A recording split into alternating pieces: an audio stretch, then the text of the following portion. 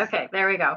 So our first topic that I want to revisit that we discussed earlier in May was get motivated each day. It is on you to get yourself to feel that emotion of motivation.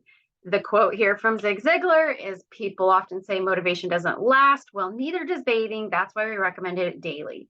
So, do you have a daily routine where you can add motivation into it? And what that might look like is really just thinking about what your goals are and how that can be motivated or why you're motivated for those goals. Just thinking about that is the mind part here on this slide of cultivating motivation. You can also use your body to generate energy. And when you have higher energy, you are more likely to have higher motivation when you do use that mindset. And then also boosting your confidence with small wins, making sure you're doing small action steps that will be a win for you, getting W's and marking those up, recognizing them. Okay, so something we talked about earlier in May was a transition from relying on motivation and beginning to develop habits. And that's because motivation does take focus and effort by you to generate. If you actually want to feel motivated on a daily basis, you do need to focus on generating motivation on a daily basis. That's on you. If you don't want to have to do that, one way to get around that is developing habits. And habits are mindless. Habits are greater than motivation. So if you can take those tasks that you are wanting to be more motivated to do, the eventual goal will be using motivation early on to do those tasks, with the ultimate goal being those tasks become habits. Habits are greater than motivation.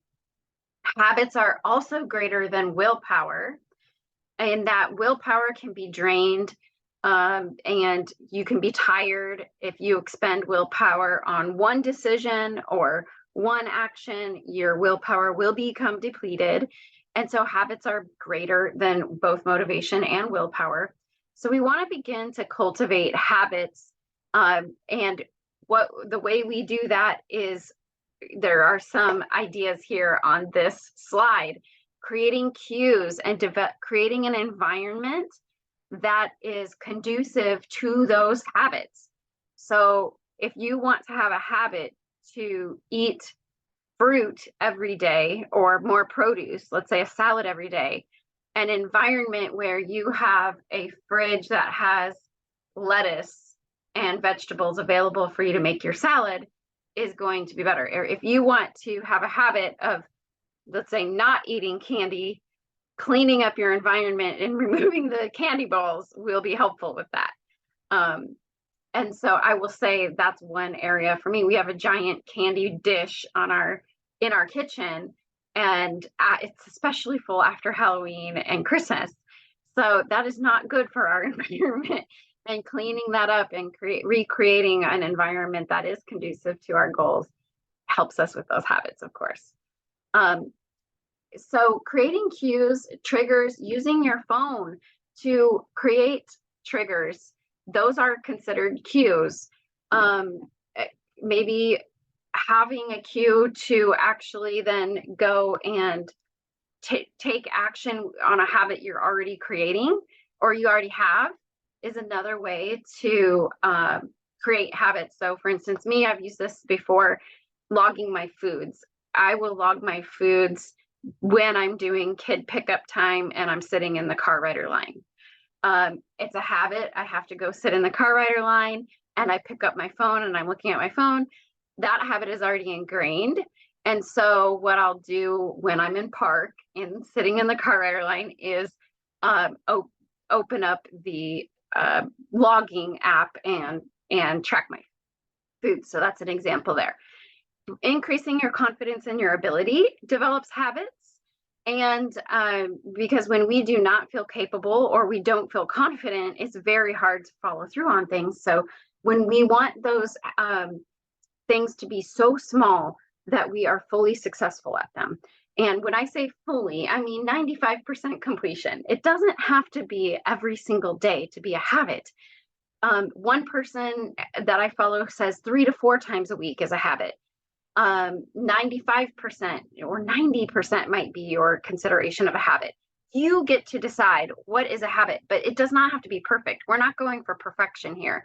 We are going for motivation and regular behaviors becoming habits. So go so small that it is possible. Now, this is something we talked about last week, actually. This model is the behavior change model and the Goldilocks rule, where your motivation is highest when you are learning. So you're not bored. So you're not fully capable. You're not perfect all the time, but you are learning. But at the same time, it's not so hard that you're failing. Motivation remains high. And when you can have high motivation as you are working to develop the habits, that is the sweet spot right there. So we want to make sure that whatever your action is, that if you have failed at it, that you maybe make it a little bit smaller so that you're still trying to learn and grow and maybe learn why you failed at it. What can you do differently next time? But make it smaller that you can be successful at it 95% of the time, or 3 to 4 times a week, whatever is as most appropriate for you and your goal setting right now. There's also this ability chain model here from BJ Fogg, and this is the ability chain. We need to have the time to be able to do whatever the behavior is. So if you're wanting to sleep 7 hours, do you actually have 7 hours to sleep? If not, something needs to be done to create the time. Or you need the money to be able to complete the behavior. So if you're wanting to do to join a gym and visit the gym 5 days a week or 4 days a week, you need the money to be able to pay for the gas to get there or the transportation to get there and to pay for the gym. If you don't have the money to fully be, engaged with whatever that action is, don't set that goal. Instead, use your free gym at your on-site HP location. If you don't have an on-site location, take advantage of maybe the CubeFit classes that are free, the free virtual fitness center enrollment that we have. But look at what do you have, what can you do within the budget you do have. You have to have the ability to have the time, to find the money, to expend the physical effort.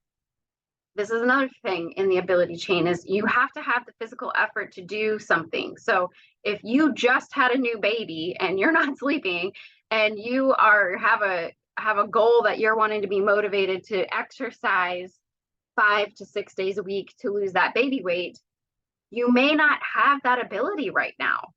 Truly. It's just you do not have the ability, the capability, because that physical effort chain link there is broken. And until we repair that link in what's necessary to actually follow through on the behavior, we shouldn't be hard on ourselves about not having enough motivation, because that's not the problem. Mental effort is another one that can be just as strong, yet also can be very fragile and broken. And if that link in the chain is broken, we don't actually have the ability to do something, even though we think we should have the ability to do something. And also routine. If it is not in our routine right now, that link is broken in our ability chain. We need to repair that link, okay? So anyway, this was something else we talked about last week. All right, in the month of May, we talked about failure and normalizing failure and recognizing failure is okay. we want to still try again. But a lot of times what will happen is we get broken by that failure.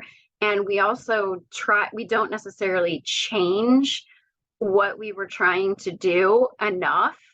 And we try to do the exact same thing again, and we fail again, and we quit or we stop.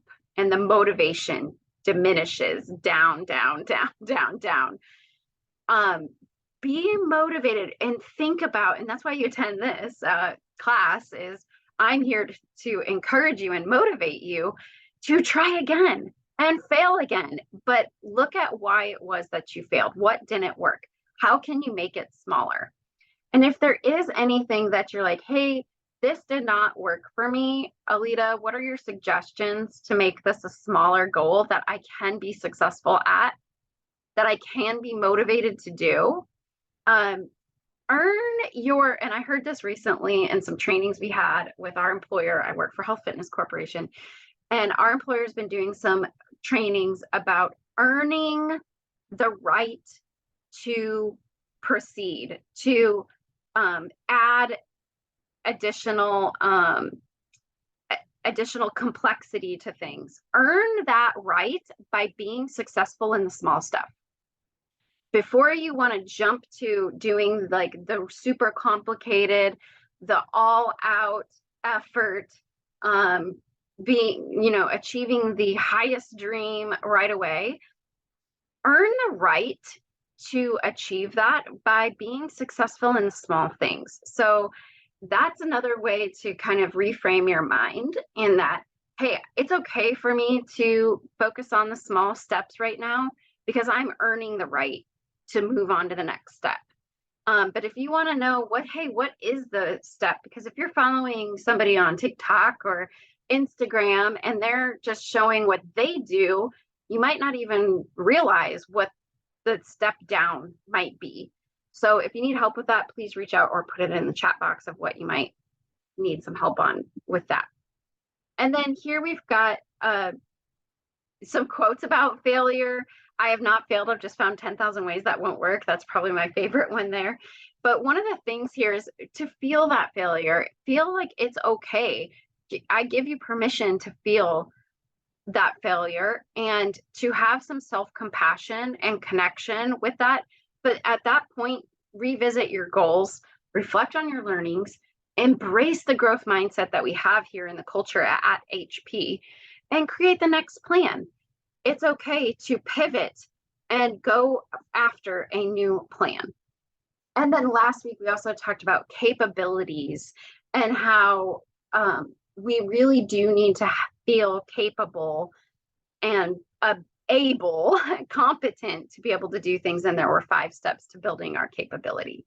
Now, that is what I wanted to do today, is because we talked about a lot of really deep things during the month of May. You may have missed 1 or 2 of them, but now you're up to speed on what those were. But they were deep things, and I think it's well worth revisiting those things for you today. Maybe you did take some steps in these areas, but maybe the next step, this is a reminder of what your next step is for June. So be thinking as we enter June tomorrow, the first of the month of June, what in these areas do you want to focus on to feel motivated? Is it a daily motivation reminder in your routine?